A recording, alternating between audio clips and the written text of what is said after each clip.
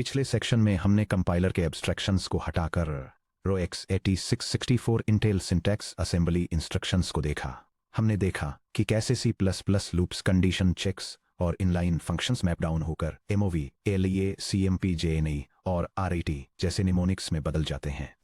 High level programmers के लिए assembly code अक्सर बिल्कुल एंड ऑफ द लाइन जैसा लगता है, जो सॉफ्टवेयर ट्रुथ की सबसे लोएस्ट लेयर है। लेकिन एक हार्डवेयर इंजीनियर के लिए असेंबली अभी भी काम का सिर्फ एक सिंबॉलिक डिस्क्रिप्शन ही है। CPU सीधे टेक्स्ट लेबल्स या स्ट्रिंग निमोनिक्स को रन नहीं करता है। ये मेन मेमोरी से रॉ बाइट पैटर्न्स को कंज्यूम करता है और उन्हें बिलियंस ऑफ माइक्रोस्कोपिक ट्रांजिस्टर से बने एक बेहद तेज फिजिकल मशीन लूप के जरिए रन करता है। कोर के अंदर असल में क्या होता है जब आपका कोड प्रोसेसर को LEA RAX bracket R8 plus RAX times 2 bracket जैसा इंस्ट्रक्शन एग्जीक्यूट करने के लिए कहता है। सिलिकॉन रैम में मौजूद बाइट्स के सीक्वेंस को कैसे लेता है, ये कैसे पता लगाता है कि कौन से कैलकुलेशंस की रिक्वेस्ट की गई है, फिजिकल वायर ट्रेसेज के जरिए डेटा को कैसे रूट करता है और रिजल्ट को स्टोर करता है, वह भी एक सिंगल नैनोसेकंड के एक छोटे से हिस्से के भीतर। इस सेक्शन में हम एक मॉडर्न x86-64 प्रोसेसर कोर के एग्जीक्यूशन पाइपलाइन के अंदर कम रखेंगे। हम 4 classic micro architectural stages fetch, decode, execute और राइट बैक या रिटायरमेंट के जरिए इंस्ट्रक्शंस की माइक्रोस्कोपिक लाइफ साइकिल को ट्रेस करेंगे। रास्ते में हम देखेंगे कि कैसे out of order execution engine, branch predictors और माइक्रो ऑपरेशन कैशेज मिलकर काम करते हैं ताकि हर हार्डवेयर क्लॉक साइकिल से मैक्सिमम परफॉर्मेंस निकाली जा सके। Section break the machine loop the 4 stage CPU pipeline. इसके कोर में एक सिंगल CPU कोर एक हाई स्पीड इंजन के रूप में काम करता है, जो एक फिजिकल सिस्टम क्लॉक ऑसिलेटर द्वारा गवर्न होता है, जो प्रति second billions of times pulse करता है। उदाहरण के लिए 4.0 gigahertz equal to 4 billion clock ticks प्रति सेकंड। हर क्लॉक टिक इलेक्ट्रिकल सिग्नल्स को लॉजिक गेट्स के जरिए आगे बढ़ाती है, जिससे इंस्ट्रक्शंस एक असेंबली लाइन स्ट्रक्चर से होकर गुजरते हैं, जिसे इंस्ट्रक्शन पाइपलाइन कहा जाता है। यह डायग्राम एक फिजिकल CPU कोर पाइपलाइन के 4 सीक्वेंशियल स्टेजेस को इलस्ट्रेट करता है। First, fetch stage instruction pointer का यूज करके इंस्ट्रक्शन बाइट्स को रीड करता है। सेकंड, डिकोड स्टेज इन इंस्ट्रक्शंस को माइक्रो ऑपरेशंस में ट्रांसलेट करता है। थर्ड, एग्जीक्यूट स्टेज उन्हें एरिथमेटिक लॉजिक यूनिट्स या एड्रेस जनरेशन यूनिट्स में डिस्पैच करता है। Finally, right back stage final state को वापस रजिस्टर्स में कमिट करता है। जबकि 1970s के शुरुआती प्रोसेसर्स अगला इंस्ट्रक्शन शुरू करने से पहले एक पूरा इंस्ट्रक्शन कंप्लीट करते थे, modern high performance processors instruction processing को सिक्वेंशियली अरेंज्ड दर्जनों माइक्रो स्टेप्स में ब्रेक कर देते हैं। यह डिजाइन, जिसे पाइपलाइनिंग के नाम से जाना जाता है, CPU को कंप्लीशन के अलग अलग स्टेजेस पर एक साथ मल्टीपल इंस्ट्रक्शंस को प्रोसेस करने की अनुमति देता है। चलिए हर स्टेज को डिटेल में ब्रेक डाउन करते हैं। Section break. Stage 1 instruction fetch bracket में IF। पाइपलाइन का एंट्री पॉइंट एक फंडामेंटल क्वेश्चन का आंसर देने के लिए रिस्पॉन्सिबल है कि CPU को अगला कौन सा बाइट सीक्वेंस प्रोसेस करना चाहिए। इंस्ट्रक्शन पॉइंटर ब्रैकेट में RIP का रोल। हार्डवेयर एक स्पेशलाइज्ड 664 बिट रजिस्टर का यूज करके करेंट एग्जीक्यूशन लोकेशन का ट्रैक रखता है, जिसे इंस्ट्रक्शन पॉइंटर कहा जाता है, जो कि x86-64 में RIP है या ARM आर्किटेक्चर में प्रोग्राम काउंटर के लिए PC है। फेच स्टेज के दौरान फेच इंजन RIP में करेंटली हेल्ड मेमोरी एड्रेस को रीड करता है और मेमोरी से एग्जीक्यूशन बाइट्स की एक स्ट्रीम फेच करता है। # Fetching from the instruction cache bracket में L1I। हर इंस्ट्रक्शन फेच पर सीधे सिस्टम रैम से रीड करने से परफॉर्मेंस खराब हो जाएगी, जिसके लिए पर instruction hundreds of CPU clock cycles की जरूरत होगी। ब्रैकेट में एक वॉन न्यूमैन मेमोरी बॉटलनेक, जैसा कि हमने चैप्टर 16.1 में पहले एक्सप्लोर किया था। इस डिले को रोकने के लिए कोर्स में एक dedicated ultra fast level 1 instruction cache bracket में L1I होता है, जो typically 32 KB to 64 KB in size पर कोर होता है। यह diagram CPU instruction retrieval process को इलस्ट्रेट करता है। इंस्ट्रक्शन पॉइंटर सबसे पहले ultra fast level 1 instruction cache से इंस्ट्रक्शंस फेच करने की कोशिश करता है।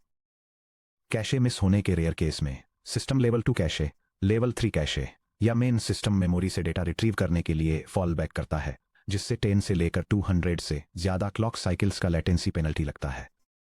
फेच इंजन RIP को इंस्ट्रक्शन ट्रांसलेशन लुकासाइड बफर ब्रैकेट में ITLB को प्रेजेंट करता है, जो वर्चुअल कोड एड्रेसेस को फिजिकल मेमोरी पेज लोकेशंस में ट्रांसलेट करता है। कोर फिजिकल एड्रेस से मैच करने वाली एक लाइन के लिए AL1I कैशे को चेक करता है, ब्रैकेट में यूजुअली 64 बाइट ब्लॉक्स में। अगर कोड AL1I कैशे में है, ब्रैकेट में एक कैशे हिट तो बाइट ब्लॉक एक सिंगल क्लॉक साइकिल में फेच बफर में लोड हो जाता है। अगर मिसिंग है ब्रैकेट में एक AL1I कैशे मिस तो पाइपलाइन स्टॉल हो जाती है, जब तक कि core AL2 cache AL3 cache या मेन सिस्टम मेमोरी से कोड ब्लॉक फेच करता है। x86 variable length byte stream challenge. Fixed length architecture जैसे AARM634 या RISC-V में फेचिंग आसान है, क्योंकि हर सिंगल इंस्ट्रक्शन बिल्कुल 4 बाइट्स चौड़ा होता है। फेच इंजन बस हर स्टेप पर प्रोग्राम काउंटर को 4 बाइट्स से बढ़ा देता है। यह डायग्राम ARM634 आर्किटेक्चर के फिक्स्ड इंस्ट्रक्शन साइज को दिखाता है, जहां हर इंस्ट्रक्शन एग्जैक्टली 4 बाइट्स लेता है।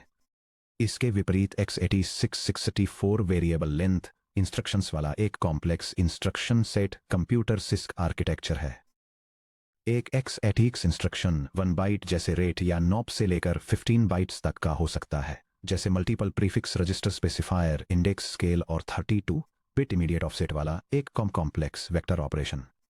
यह डायग्राम x86-64 आर्किटेक्चर के वेरिएबल इंस्ट्रक्शन लेंथ को डेमोन्स्ट्रेट करता है और दिखाता है कि कैसे डिफरेंट ऑपरेशंस का साइज 1 बाइट से 7 बाइट्स तक हो सकता है, क्योंकि हार्डवेयर को तब तक पता नहीं चलता कि करंट इंस्ट्रक्शन कहां खत्म हो रहा है और अगला इंस्ट्रक्शन कहां से शुरू हो रहा है, जब तक कि वह बाइट्स को पार्स करना शुरू नहीं करता। इसलिए x86 फेच यूनिट को कंटिन्यूअस 16 बाइट या 32 बाइट के रॉ मेमोरी विंडोज फेच करने पड़ते हैं और उन्हें प्री डिकोड लॉजिक को सौंपना पड़ता है, ताकि वे on the fly instruction boundary markers लगा सकें।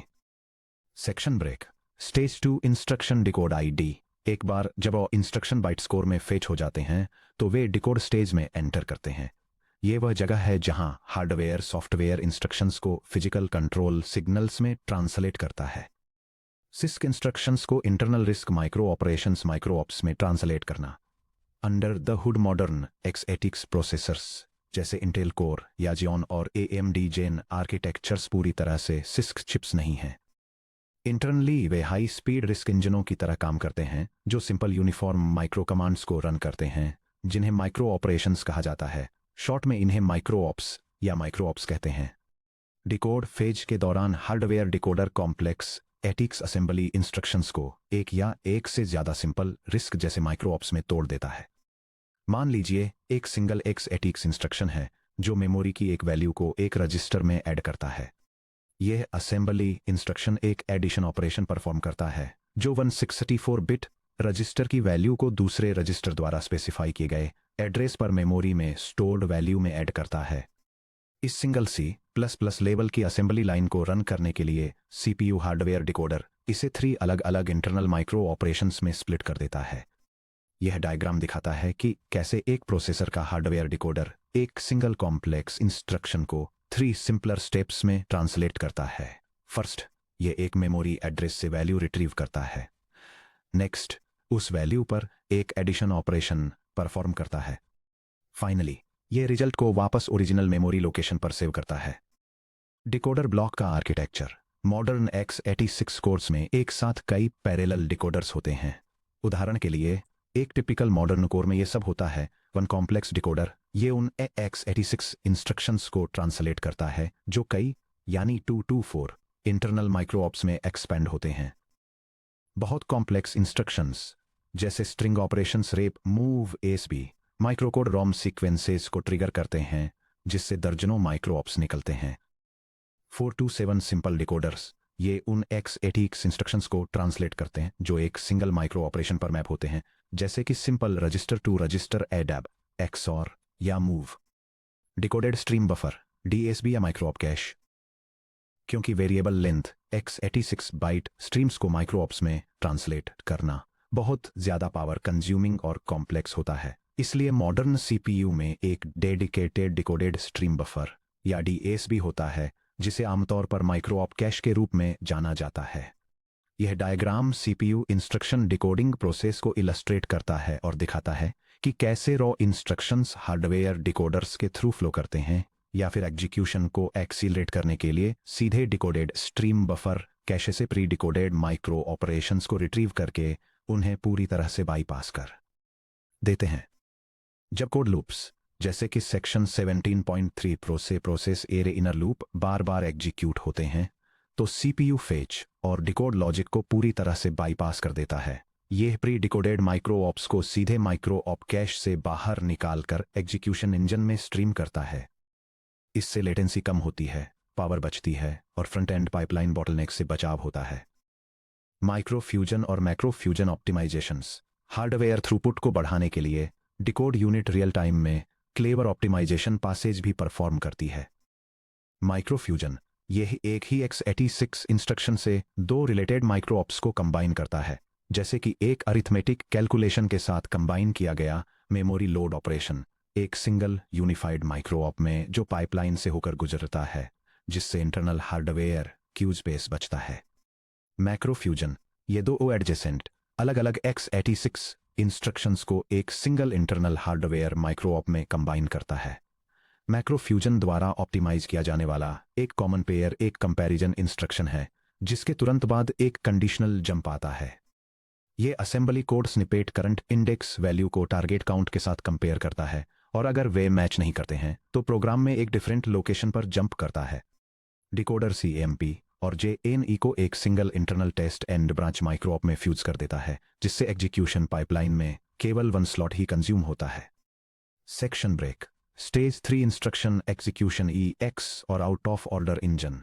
एक बार जब इंस्ट्रक्शंस माइक्रो ऑप्स में ट्रांसलेट हो जाते हैं तो वे प्रोसेसर कोर के दिल यानी एग्जीक्यूशन इंजन में चले जाते हैं। शुरुआती माइक्रो प्रोसेसर्स में इंस्ट्रक्शंस को सख्ती से उसी ऑर्डर में एग्जीक्यूट किया जाता था जैसा प्रोग्रामर द्वारा लिखा गया था, यानी इन ऑर्डर एग्जीक्यूशन। अगर इंस्ट्रक्शन नंबर 2 को उस डेटा की जरूरत होती थी जिसे इंस्ट्रक्शन नंबर 1 को मेन रैम से लाना था, तो पूरा प्रोसेसर पूरी तरह से रुक जाता था, जिससे दर्जनों क्लॉक साइकिल्स बिना कुछ किए बर्बाद हो जाते थे। मॉडर्न CPUs इस बॉटलनेक से बचने के लिए एक out of order execution OOO engine का इस्तेमाल करते हैं, जो एक डायनेमिक शेड्यूलिंग मैकेनिज्म पर काम करता है जो कॉन्सेप्चुअली क्लासिक टोमासुलो एल्गोरिदम पर बेस्ड है। यह डायग्राम एक मॉडर्न सेंट्रल प्रोसेसिंग यूनिट के इंस्ट्रक्शन शेड्यूलिंग और एग्जीक्यूशन पाइपलाइन को इलस्ट्रेट करता है। यह दिखाता है कि कैसे डिकोडेड माइक्रो ऑपरेशंस को एक यूनिफाइड शेड्यूलर या रिजर्वेशन स्टेशन में तब तक होल्ड किया जाता है जब तक कि उनके डेटा इनपुट्स रेडी नहीं हो जाते। एक बार रेडी होने पर शेड्यूलर इन ऑपरेशंस को स्पेसिफिक एग्जीक्यूशन पोर्ट्स पर डिस्पैच करता है, जिसमें integer arithmetic logic unit, vector और फ्लोटिंग पॉइंट यूनिट, शिफ्ट और ब्रांच यूनिट और लोड और स्टोर एड्रेस जनरेशन यूनिट्स शामिल हैं। द रिजर्वेशन स्टेशन और रजिस्टर रीनेमिंग जब माइक्रो ऑप्स डिकोडर से बाहर निकलते हैं तो वे एक बड़े होल्डिंग बफर में एंटर करते हैं, जिसे रिजर्वेशन स्टेशन RS या यूनिफाइड शेड्यूलर कहा जाता है। यहाँ CPU हर माइक्रो ऑप की डिपेंडेंसीज को इवैल्यूएट करता है कि क्या इनपुट ऑपरेंड्स रेडी हैं, क्या वैल्यूज फिजिकल रजिस्टर्स में अवेलेबल हैं। अगर हाँ, तो माइक्रो ऑप को तुरंत एक अवेलेबल हार्डवेयर एग्जीक्यूशन पोर्ट पर डिस्पैच करें। अगर नहीं, तो माइक्रो ऑप को शेड्यूलर में होल्ड पर रखें और दूसरे बाद वाले माइक्रो ऑप्स को एग्जीक्यूट करें जिनके इनपुट रेडी हैं, भले ही वे असेंबली प्रोग्राम स्ट्रीम में नीचे दिखाई दे रहे हों। प्रोग्राम वेरिएबल्स को करप्ट किए बिना आउट ऑफ ऑर्डर एग्जीक्यूशन को पॉसिबल बनाने के लिए कोर रजिस्टर रीनेमिंग पर रिलाई करता है। C++ सॉफ्टवेयर केवल 16 architectural x86 64 general purpose registers जैसे RAX, RBX, RCX एटसेट्रा को ही देखता है। हालांकि मॉडर्न सिलिकॉन कोर्स में फिजिकल रजिस्टर फाइल यानी PRF के अंदर फिजिकली 180 से 200+ इंटरनल फिजिकल रजिस्टर्स होते हैं। एक hardware lookup map the register alias table यानी RAT dynamically architectural register names को on the fly physical register slots से मैप करता है। यह फॉल्स डेटा डिपेंडेंसीज जैसे राइट आफ्टर रीड या राइट आफ्टर राइट कॉन्फ्लिक्ट्स को एलिमिनेट करता है, जिससे कोड लूप्स बिना अनरीड रजिस्टर स्टेट्स को ओवरराइट किए एक साथ एग्जीक्यूट हो सकते हैं। Execution ports parallel hardware units एक बार जब एक माइक्रो ऑप के ऑपरेंड्स रेडी हो जाते हैं तो शेड्यूलर इसे एक एग्जीक्यूशन पोर्ट पर डिस्पैच कर देता है। एक मॉडर्न CPU कोर में सिर्फ 1 मैथ यूनिट ही नहीं होती, बल्कि इसमें specialised parallel execution hardware modules का एक एरे होता है। यह टेबल एग्जीक्यूशन पोर्ट मॉड्यूल्स को उनकी हार्डवेयर फंक्शनलिटी और टिपिकल इंस्ट्रक्शंस से मैप करती है। सबसे पहले इंटीजर अरिथमेटिक लॉजिक यूनिट्स या ALU फंडामेंटल मैथ और लॉजिक ऑपरेशंस परफॉर्म करते हैं, जैसे एड, सबट्रैक्ट, एंड, और एक्सक्लूसिव और bitwise shifts. Address generation units या AGU इस फार्मूला का यूज करके कॉम्प्लेक्स मेमोरी एड्रेस कैलकुलेशंस को हैंडल करते हैं, जो है base index times scale plus displacement. इसके एग्जांपल्स में load effective address instruction, memory loads जैसे RDIs RCX टाइम्स 8 और स्टोर एड्रेसेस शामिल हैं। वेक्टर या SI AMD यूनिट्स जो AVX2, AVX512 और FMA को सपोर्ट करते हैं, हाई थ्रूपुट फ्लोटिंग पॉइंट और वेक्टर मैथ को हैंडल करते हैं, और VADPACE, VMULPD और वेक्टराइज्ड मैट्रिक्स मैथ जैसे इंस्ट्रक्शंस को एग्जीक्यूट करते हैं। लोड यूनिट्स वेरिएबल्स को रीड करने और पॉइंटर्स को फेच करने जैसे ऑपरेशंस के लिए AL1 डेटा कैश से CPU रजिस्टर्स में डेटा रीड करते हैं। स्टोर डेटा और store address units computational results को वापस AL1 डेटा कैश में राइट करते हैं, जिसका यूज एरे आउटपुट्स को स्टोर करने और स्ट्रक्ट मेंबर्स को अपडेट करने के लिए किया जाता है। Finally branch execution units conditional branching math को इवैल्यूएट करते हैं और जंप्स को रिजॉल्व करते हैं, ये डिटरमाइन करते हुए कि कंपेयर कंडीशंस पास होती हैं या फेल। क्योंकि मॉडर्न कोर्स में 8 to 12 पैरेलल एग्जीक्यूशन पोर्ट्स होते हैं, इसलिए एक single core single clock tick में simultaneously 4 to 6 micro ops execute कर सकता है, बशर्ते वे micro ops different hardware execution ports का यूज करें। Section break. Stage 4 write back और रिटायरमेंट ROB। माइक्रो ऑप्स को आउट ऑफ ऑर्डर एग्जीक्यूट करना पावरफुल लगता है, लेकिन यह एक मेजर सॉफ्टवेयर हैजर्ड इंट्रोड्यूस करता है। क्या होगा अगर प्रोग्राम में नीचे की कोई instruction out of order complete हो जाए, लेकिन उससे पहले की कोई instruction division by zero exception या मेमोरी एक्सेस वायलेशन सफर करे? अगर CPU आर्किटेक्चरल मेमोरी की परमानेंट स्टेट को आउट ऑफ ऑर्डर अल्टर कर दे, तो C++ program execution non deterministic हो जाएगा, जिससे डीबगिंग इम्पॉसिबल हो जाएगी और लैंग्वेज सिमेंटिक्स ब्रेक हो जाएंगे। सेफ्टी एश्योर करने के लिए एग्जीक्यूशन रिजल्ट्स को तब तक टेम्पररी स्टोरेज में रखा जाता है जब तक कि सभी प्रीसीडिंग इंस्ट्रक्शंस क्लीनली कंप्लीट न हो जाएं। यह हमें फाइनल स्टेज पर लेकर आता है, जो है राइट बैक और रिटायरमेंट। यह डायग्राम प्रोसेसर पाइपलाइन ऑप्टिमाइजेशन के कॉन्सेप्ट को इलस्ट्रेट करता है, स्पेसिफिकली ये दिखाते हुए कि कैसे एक एग्जीक्यूशन इंजन माइक्रो ऑपरेशंस को आउट ऑफ ऑर्डर प्रोसेस करता है, जबकि एक रीऑर्डर बफर यह एंश्योर करता है कि उनके results correct original program sequence में रजिस्टर फाइल में कमिट हों।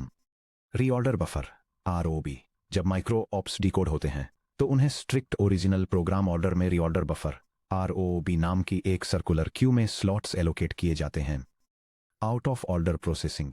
जैसे ही एग्जीक्यूशन पोर्ट्स माइक्रो ऑप्स को कंप्लीट करते हैं, रिजल्ट्स को फिजिकल रजिस्टर्स में राइट कर दिया जाता है और माइक्रो ऑप्स को ROB में उनके असाइंड स्लॉट्स के अंदर डन मार्क कर दिया जाता है। In order retirement. CPU ROB Q के हेड को मॉनिटर करता है। यह किसी माइक्रो ऑप को सिर्फ तभी रिटायर या कमिट करता है, यानी उसके आउटपुट को परमानेंटली आर्किटेक्चरल सॉफ्टवेयर स्टेट में कमिट करता है, अगर प्रोग्राम ऑर्डर में उससे पहले की सभी इंस्ट्रक्शंस बिना किसी एक्सेप्शंस के सक्सेसफुली कंप्लीट हो चुकी हों। अगर कोई एक्सेप्शन होता है, जैसे कि इंस्ट्रक्शन नंबर 2 में एक नल पॉइंटर डीरेफरेंस, तो CPU सिंपली उन सभी पेंडिंग इंस्ट्रक्शंस को फ्लश कर देता है जो फिलहाल ROB क्यू में बाद में हैं, यानी इंस्ट्रक्शन नंबर 3, नंबर 4 और नंबर 5। क्योंकि उनके रिजल्ट्स टेम्परेरी स्टेट में रखे गए थे और कभी रिटायर नहीं हुए, CPU एग्जैक्ट आर्किटेक्चरल स्टेट को ऐसे रिस्टोर कर देता है जैसे कि इंस्ट्रक्शन नंबर 3, नंबर 4 और नंबर 5 कभी हुए ही नहीं थे। यह डुअल मैकेनिज्म दोनों तरफ का बेस्ट प्रोवाइड करता है, आउट ऑफ ऑर्डर एग्जीक्यूशन के जरिए मैक्सिमम एग्जीक्यूशन परफॉर्मेंस और साथ ही इन ऑर्डर रिटायरमेंट के जरिए प्रिसाइज और deterministic program semantics. Section break. Pipeline hazards, stalls और एग्जीक्यूशन पॉजेस। आइडियल कंडीशंस में एक इंस्ट्रक्शन पाइपलाइन स्मूथली फ्लो होती है और लगातार माइक्रो ऑप्स को कंज्यूम और रिटायर करती है। हालांकि रियल वर्ल्ड C++ एग्जीक्यूशन लगातार एग्जीक्यूशन बॉटलनेक्स से इंटरप्ट होता रहता है, जिन्हें पाइपलाइन हैजार्ड्स कहा जाता है। जब कोई हैजार्ड होता है तो पाइपलाइन अगले माइक्रो ऑप को फेच या एग्जीक्यूट नहीं कर पाती, जिससे पाइपलाइन स्टॉल्स क्रिएट होते हैं, जिन्हें अक्सर पाइपलाइन में बबल्स कहा जाता है, जहां हार्डवेयर एग्जीक्यूशन पोर्ट्स आइल बैठे रहते हैं। यह डायग्राम एक डेटा डिपेंडेंसी की वजह से होने वाले प्रोसेसर पाइपलाइन स्टॉल को दिखाता है और यह भी दिखाता है कि कैसे एग्जीक्यूशन फ्लो फिर से शुरू होने से पहले कुछ देर के लिए रुक जाता है। चलिए 3 मेजर हार्डवेयर हैजार्ड्स को एग्जामिन करते हैं और उन्हें real C plus performance scenarios से कनेक्ट करते हैं। नंबर 1, डेटा हैजार्ड्स, डिपेंडेंसीज और रजिस्टर फॉरवर्डिंग। एक डेटा हैजार्ड तब होता है जब कोई इंस्ट्रक्शन किसी पिछले इंस्ट्रक्शन के न्यूमेरिकल रिजल्ट पर डिपेंड करता है जिसने अभी तक एग्जीक्यूशन पूरा नहीं किया है। इस असेंबली सीक्वेंस को देखें। यह असेंबली सीक्वेंस एक डायरेक्ट डेटा डिपेंडेंसी को दिखाता है जहां एक एडिशन ऑपरेशन को पिछले मल्टीप्लिकेशन ऑपरेशन के रिजल्ट के कंप्लीट होने का वेट करना पड़ता है। इंस्ट्रक्शन नंबर 2 अपने इंटीजर ऐड को तब तक एग्जीक्यूट नहीं कर सकता जब तक इंस्ट्रक्शन नंबर में अपना मल्टी साइकिल मल्टीप्लिकेशन खत्म करके RAX प्रोड्यूस नहीं कर देता। इसे read after right RAW dependency कहा जाता है। Hardware mitigation, bypass network, register forwarding. Data hazard stalls को मिनिमाइज करने के लिए CPU designers internal data pathways बनाते हैं जिन्हें बाईपास नेटवर्क्स या फॉरवर्डिंग पाथ्स कहा जाता है। इंस्ट्रक्शन नंबर 2 को इंस्ट्रक्शन नंबर 1 का वेट करने के लिए फोर्स करने के बजाय कि वो स्टेज 4 के दौरान अपना रिजल्ट वापस मेन फिजिकल रजिस्टर फाइल में राइट करे, एग्जीक्यूशन यूनिट मल्टीप्लिकेशन रिजल्ट को सीधे मल्टीप्लायर यूनिट के आउटपुट बस से सीधे एडर यूनिट के इनपुट टर्मिनल में फॉरवर्ड कर देती है।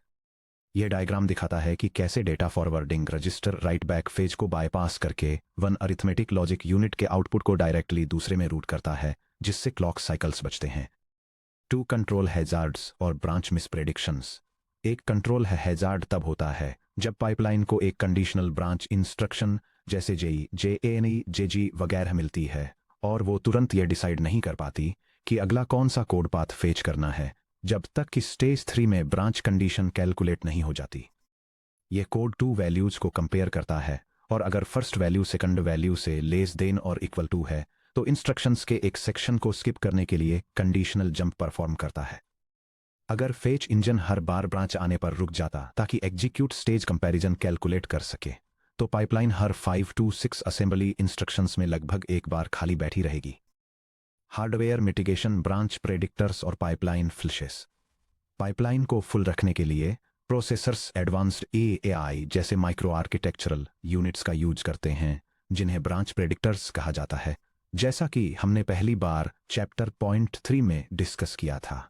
ब्रांच टारगेट बफर यानी BTB और पैटर्न हिस्ट्री टेबल यानी PHT पास्ट एग्जीक्यूशन हिस्ट्री को एनालाइज करते हैं ताकि ये गेस किया जा सके कि ब्रांच इंस्ट्रक्शन डिकोड होने से पहले .L4 लिया जाएगा या नहीं। फेच इंजन स्पेकुलेटिवली गेस किए गए ब्रांच पाथ को फेच करता है और आउट ऑफ ऑर्डर इंस्ट्रक्शंस को एग्जीक्यूट करना शुरू कर देता है जिसे स्पेकुलेटिव एग्जीक्यूशन कहते हैं। अगर प्रेडिक्टर ने सही गेस किया तो 0 performance penalty pipeline maximum throughput पर काम करती है। अगर प्रेडिक्टर ने गलत गेस किया यानी ब्रांच मिसप्रेडिक्शन हुआ तो कोर एक पाइपलाइन फ्लश ट्रिगर करता है। पाइपलाइन और ROB के अंदर सभी स्पेकुलेटिवली एग्जीक्यूटेड माइक्रो ऑप्स कैंसिल हो जाते हैं और स्टेट चेंजेस डिस्कार्ड हो जाते हैं। फेच यूनिट RIP को वापस सही ब्रांच पाथ पर रीसेट कर देती है जिससे 15 to 20 वेस्टेड क्लॉक साइकिल्स की भारी पेनल्टी लगती है। यह डायग्राम CPU में ब्रांच प्रेडिक्टर गेस के 2 पोटेंशियल आउटकम्स को इलस्ट्रेट करता है। एक करेक्ट प्रेडिक्शन का रिजल्ट 0 वेस्टेड साइकिल्स होता है और यह रीऑर्डर बफर में एग्जीक्यूशन रिजल्ट्स को रिटेन रखता है। कन्वर्सली एक मिसप्रेडिक्शन के लिए एंटायर इंस्ट्रक्शन पाइपलाइन को फ्लश करना और पेंडिंग माइक्रो ऑपरेशंस को डिस्कॉर्ड करना पड़ता है जिससे 15 to 20 क्लॉक साइकिल्स की परफॉर्मेंस पेनल्टी लगती है। यह एक्सप्लेन करता है कि परफॉर्मेंस क्रिटिकल C++ लूप्स में डेटा को प्रोसेस करने से पहले सॉर्ट करना एग्जीक्यूशन को इतना ज़्यादा स्पीड अप क्यों कर देता है, क्योंकि सॉर्टेड डेटा कंडीशनल ब्रांचेस को हार्डवेयर ब्रांच टारगेट बफर्स के लिए 100% प्रेडिक्टेबल बना देता है। 3 memory bottlenecks and cache miss stalls. Chapter 16.1 में हमने फिजिकल मेमोरी हायरार्की और वॉन न्यूमैन बॉटलनेक को एग्जामिन किया था। अब हम मेमोरी लेटेंसी को एग्जीक्यूशन साइकिल्स के नजरिए से देख सकते हैं। जब एक माइक्रो ऑप मेमोरी से डेटा लोड करने की कोशिश करता है जैसे MOVR at keyword PTR RDI plus RC X times at तो लोड यूनिट सीक्वेंस में हार्डवेयर कैश लेवल्स को क्वेरी करती है। यह टेबल मेमोरी हायरार्की लेवल्स और सीपीयू परफॉर्मेंस के बीच के रिलेशनशिप को आउटलाइन करती है। ये L1, L2 और L3 कैशेज और साथ ही मेन मेमोरी के लिए क्लॉक साइकिल्स में लेटेंसी पेनल्टीज की डिटेल्स देती है और डिस्क्राइब करती है कि कैसे हर डिले प्रोसेसर पाइपलाइन को इफेक्ट करता है, जो कि स्मूथ ऑपरेशन से लेकर एक कंप्लीट हार्डवेयर स्टॉल तक हो सकता है। जब एक L3 कैश मिस होता है तो एग्जीक्यूशन इंजन के पास रिजर्वेशन स्टेशन के अंदर फिजिकल स्पेस खत्म हो जाता है, क्योंकि दर्जनों dependent micro ops memory data के आने का इंतजार करते हुए जमा हो जाते हैं। पूरा कोर फ्रंट एंड पूरी तरह से स्टॉल हो जाता है, जिसे स्टॉलिंग ऑन मेमोरी के नाम से जाना जाता है। इसीलिए मॉडर्न C++ में कैश फ्रेंडली लेआउट डिजाइन्स जैसे continuous STD vector contiguous memory buffers बहुत मायने रखते हैं। वे ये एनश्योर करते हैं कि डेटा एग्जीक्यूशन इंजन की ज़रूरत से काफ़ी पहले ही L1 कैश में पहुंच जाए। लॉक कंटेंशन और the pause instruction multi threaded C++ applications में, जिसके बारे में हमने चैप्टर 14.4 में बात की थी, थ्रेड्स अक्सर टाइट लूप्स में atomic compare and swap operations का यूज करके स्पिन लॉक्स को एग्जीक्यूट करते हैं। ये C++ कोड एक बेसिक स्पिन लॉक मैकेनिज्म दिखाता है, जो एक टाइट लूप में एटॉमिक फ्लैग को लगातार चेक करता रहता है और इसे एक्वायर करने के लिए आगे बढ़ने से पहले लॉक के रिलीज होने का वेट करता है। जब बिना हार्डवेयर हिंट्स के x86 असेंबली में कंपाइल किया जाता है तो मेमोरी बाइट पर स्पिन करने वाला thread continuous read modify right बस रिक्वेस्ट्स के साथ मेमोरी इंटरकनेक्ट पर हैमर करता है। जब ऑनिंग थ्रेड फाइनली लॉक को रिलीज करता है तो स्पिनिंग कोर एक massive memory order violation hazard experience करता है। आउट ऑफ ऑर्डर इंजन को रियलाइज होता है कि उसने स्टेल कैश लाइंस के बेसिस पर स्पेक्युलेटिवली मेमोरी रीड्स एग्जीक्यूट कर दिए थे, जिससे एक massive multi pipeline hardware flush force होता है जो रिलीजिंग थ्रेड और वेटिंग थ्रेड दोनों को स्लो कर देता है। इस माइक्रो आर्किटेक्चरल हैजार्ड को एलिमिनेट करने के लिए high performance C+ spinlock underscore MM pause intrinsic को इंसर्ट करते हैं, जो x86 पॉज असेंबली इंस्ट्रक्शन को एमिट करता है। ये C++ कोड कंपैटिबल 64 प्रोसेसर्स के लिए बिजी वेट लूप के अंदर एक हार्डवेयर पॉज इंस्ट्रक्शन डालकर एक बेसिक स्पिन लॉक को इंप्रूव करता है, जिससे CPU एनर्जी कंजम्पशन और रिसोर्स कंटेंशन को कम करने में मदद मिलती है। Pause instruction pipeline execution engine को सिग्नल देता है कि प्रोसेसर जनरेशन के आधार पर लूप के एग्जीक्यूशन को 10 to 140 क्लॉक साइकिल्स के लिए टेम्परेरी डिले करे, जिससे पावर ड्रा कम हो और लूप से बाहर निकलते समय मेमोरी ऑर्डर पाइपलाइन फ्लशेस को रोके, जिससे लॉक अवेलेबल होने पर कोर्ट नॉर्मल एग्जीक्यूशन फिर से शुरू कर सके। Section break architectural deep dive instruction cycle को ट्रेस करना। आइए एक कंप्लीट माइक्रो आर्किटेक्चरल साइकिल को ट्रेस करके 4 हार्डवेयर एग्जीक्यूशन स्टेजेस की अपनी समझ को और मजबूत करें। एग्जीक्यूशन लूप के अंदर मौजूद असेंबली की इस सिंगल लाइन पर विचार करें। यह असेंबली इंस्ट्रक्शन एक 64 बिट एडिशन परफॉर्म करता है, जिसमें एक बेस रजिस्टर, एक इंडेक्स रजिस्टर और 8 के स्केल फैक्टर का यूज करके कैलकुलेट की गई मेमोरी लोकेशन में एक रजिस्टर की वैल्यू को ऐड किया जाता है। यहाँ वह कंप्लीट क्रोनोलॉजिकल पाथ दिया गया है, जिससे होकर ये line physical silicon core logic से गुजरती है। ये कॉन्सेप्टुअल वॉकथ्रू एक मॉडर्न सेंट्रल प्रोसेसिंग यूनिट की 4 स्टेज एग्जीक्यूशन पाइपलाइन को डिटेल में बताता है, जब वह एक मेमोरी एडिशन इंस्ट्रक्शन को प्रोसेस कर रही होती है। ये फेच स्टेज से शुरू होता है, जहां एड्रेस ट्रांसलेशन और कैशे का यूज करके मेमोरी से रॉ इंस्ट्रक्शन बाइट्स को रिट्रीव किया जाता है। इसके बाद डिकोड स्टेज में इंस्ट्रक्शन को सिंपलर माइक्रो ऑपरेशंस में ब्रेक डाउन किया जाता है और रजिस्टर किया जाता है। फिर एग्जीक्यूशन स्टेज एड्रेस कैलकुलेशन और अरिथमेटिक को आउट ऑफ ऑर्डर परफॉर्म करती है। फाइनली राइट बैक और रिटायरमेंट स्टेज कंप्लीटेड ऑपरेशन को ओरिजिनल प्रोग्राम सीक्वेंस में वापस मेमोरी में कमिट करती है। सेक्शन ब्रेक समरी और नेक्स्ट स्टेप्स। इस सेक्शन में हमने मॉडर्न प्रोसेसर कोर्स के इंटरनल एग्जीक्यूशन हार्डवेयर को एक्सप्लोर किया। हमने 4 हार्डवेयर पाइपलाइन स्टेजेस को ट्रेस किया, जिसमें पहला है फेच, जो RIP और L1I कैशे के जरिए इंस्ट्रक्शन बाइट्स को रीड करता है। दूसरा है डिकोड, जो variable length x86 CISC assembly को uniform internal RISC micro operations में डिकम्पोज करता है।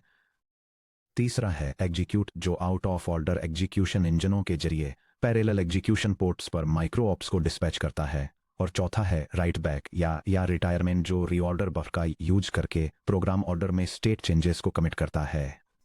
हमने की परफॉर्मेंस कंपोनेंट्स को एनालाइज किया, जैसे डिकोडेड स्ट्रीम बफर या micro op cache, register renaming और पैरेलल एग्जीक्यूशन पोर्ट्स जिसमें ALUs, AGUs और वेक्टर यूनिट्स शामिल हैं।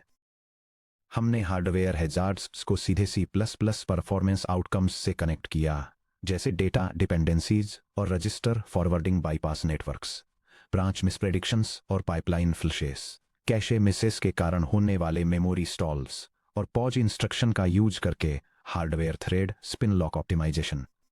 अब जब हम समझ गए हैं कि instruction streams hardware execution ports से कैसे फ्लो होती हैं, तो हम अपना ध्यान इस ओर लगाने के लिए तैयार हैं कि इंस्ट्रक्शंस फिजिकल मेमोरी में रनटाइम स्टेट को कैसे मैनेज करते हैं।